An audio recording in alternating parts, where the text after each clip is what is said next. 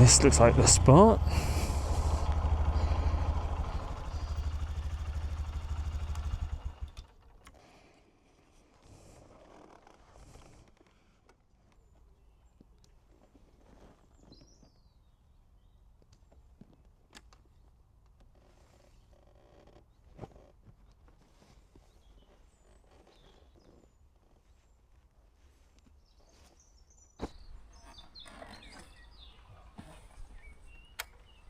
Hello and welcome back to the channel. You joined me setting up camp at Willow Farm campsite in York. Now on the previous video we talked about how to make a packing list and how to improve it over time and how to store things on the bike. But today I want to just run through everything I've got with me. Now I'll make the list available as a download, link in the description. If you've got nowhere to start already, but obviously the point is you improve that list yourself over time. But if you haven't been camping yet, you haven't got a list at all, you might like to start with that. Or if you have, you might just get some ideas. Right, let's get started. Let's get warm. Let's talk about the tent first. It's the OEX Raccoon 2.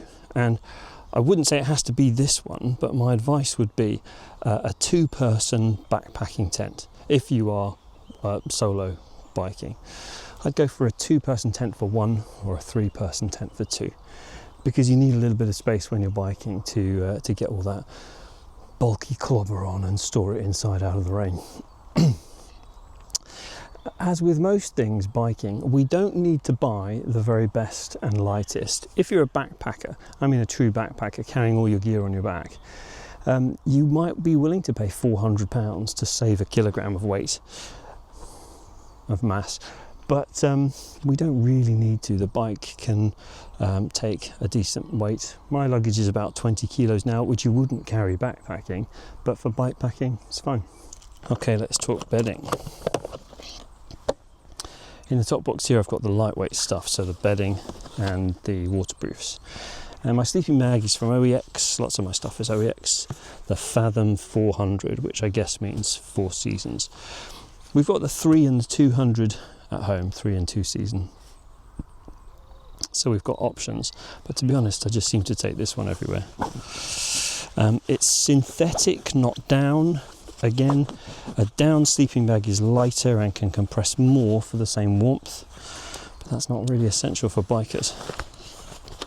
And inside here, I've got a silk sleeping bag liner. Now I haven't used one of these before, but the idea is, it's a bit like a bed sheet. You can wash this quite easily, where you wouldn't wash the lining of a sleeping bag. And it also gives the option to add a bit of warmth. Or if it's really hot, you could just sleep with this and nothing else. But I haven't tried this yet, so I will let you know how it goes. And we've also got this pillow from OEX, which I just picked up, which you inflate like this.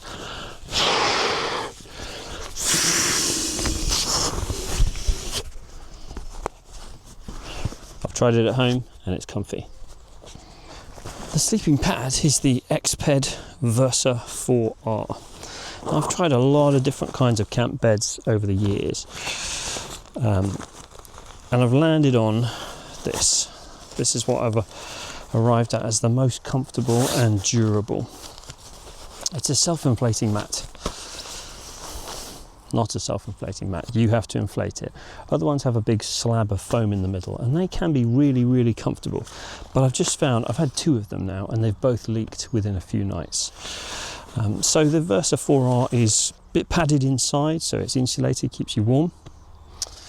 And I've just had really, really comfortable nights of sleep on this, so I'm very happy with it. And then finally in the top box, we've got the waterproof over jacket. My jacket today is the waterproof one, but there's no harm in having a waterproof on top of a waterproof. And in France, when I was using the mesh jacket as the main jacket, but with extra insulation available, that was essential to make it waterproof. And in the back here, we've also just got the waterproof trousers. My tip is the Berghaus Deluge comes in different leg lengths. So you can get the long, which means they overlap the boots nicely and they don't ride up so much. And then the waterproof gloves. Right, let's go this side first. In this big green dry bag, I have got all my clothes.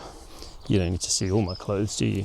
Obviously, we've got underwear and t-shirts and stuff, but I would also recommend having a down jacket. It says on my list, down jacket, brackets, even in summer, because even in summer days, in the middle of the night, can be quite cold. So you can put this on even in bed if you're feeling cold. We've also got some pyjama bottoms, I guess, and another fleecy jumper that's comfortable in bed. Don't just think about your sleeping bag, think about the clothes. They're just as important to keep you warm. And I've also got some long, base layer thermal. So you could wear the base layer and the PJs and the down jacket and be nice and comfortable and warm. Anything else? Not really. Hiking socks are quite good for motorbike boots, not just your ordinary black work socks. We've got the wash kit with all the usuals, plus sunscreen and insect repellent. You know the drill. Just don't forget to bring any medicines that you need or anything you might need. For me, it's just Benadryl for the hay fever. Oh, and these handy little pegs are good for clipping your towel to something to dry it. Looking over here now, because I am wearing the long boots, I thought it would be nice to have the walking shoes / trainers, so I don't have to wear the long boots around town. But if I was going with the lighter boots, I'd take flip-flops instead. Flip-flops are great camping because you can wear them in the shower if the shower is disgusting. We have also got our own important supply in its own dry bag. That's how important it is. TP. For cooking, well, I say cooking, I'm really just heating water when I camp. I've got this, it's not a jet boil, but it's like a jet boil. The burner slots in to the base of this cup. This is called a Primus something, which means the flames have to go through this heat sink to get out. And it uses far less fuel and is far faster. It boils a cup of water in like 2 minutes. Very fast. But all I'm really using for is coffee and porridge and maybe reheating ready meals. Little gas canister fits inside like that. Oh, and there was a lighter in the top. The lighter, you'll notice, because it's me, has gaffer tape wrapped around it in case you need a bit of gaffer tape. These cups are neat, they fold out like this and they're big enough for the porridge or your coffee in the morning. And we've got a camping towel, one of the little, well, it's like a big lens cloth, like a big glasses cloth, isn't it, here? It takes up, it's very small, takes up almost no space. It is just enough to dry you, and it dries itself very quickly afterwards, which is great.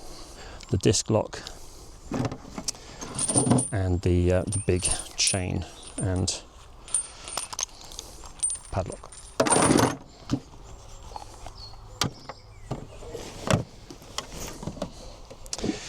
On this side we've got water and the food bag.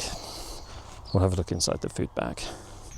Inside the food bag we've got pouch meal. These are pretty handy if you haven't found something nice to eat otherwise. Just boil in the bag, nice and easy. And we've got snacky snacks. Something's happened to one of them already. This is homemade instant porridge. Oats, skim milk powder, seeds and nuts and raisins. Just add hot water. And we've got coffee filters, coffee, hot chocolate. And this is the filter cone, which is very handy for camping. Cutlery. And a bit of scourer to clean things out. The tank bag on the front here is not a significant amount of luggage. Yes, you're right, whoever said that. You could pretty much fit this stuff in your pockets. But I like it because it keeps the filming stuff close to hand. So the camera and the battery charger and the cables and my neat little glasses. How cute are they? We're nearly there, boys and girls. Let's have a look inside the backpack, which is kept on top of the tent here, so I can just take it with me if I need to. I've realised it would be a good idea on this trip to have a ordinary waterproof, because the bike jacket doesn't have a hood. So if you're relying on that to walk around town and keep yourself dry, what are you going to do? Have your helmet on to keep your head dry. So I brought a lightweight rain jacket, proper glasses, the packing list, and paper and pen. I have brought my Kindle. Look at that, thousands of books, smaller than one book. Battery lasts forever, amazing. These are really nice, by the way. I've forgotten what they're called, but they're like organiser pouches made of canvas. Not waterproof, but they're nice for packing things. You can keep things separate, easy to find. And then in this one, I think it's just anything else left over. I've got a pair of headphones, which I can use with the phone or the camera. I've got a mains charging plug, because I might well top things up in the cafe over there. Another little battery pack. This one I'm not using in case I need to top up my phone because I'm lost tomorrow.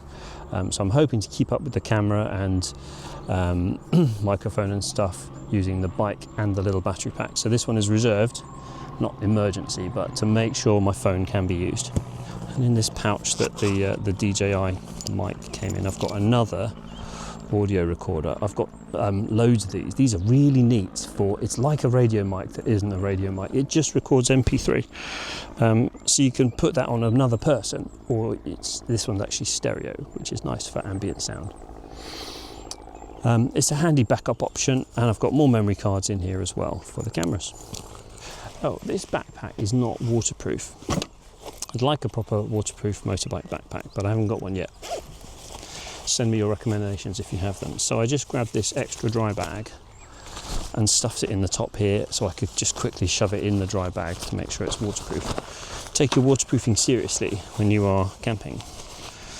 And finally, yeah, we have a head torch. Head torches are great.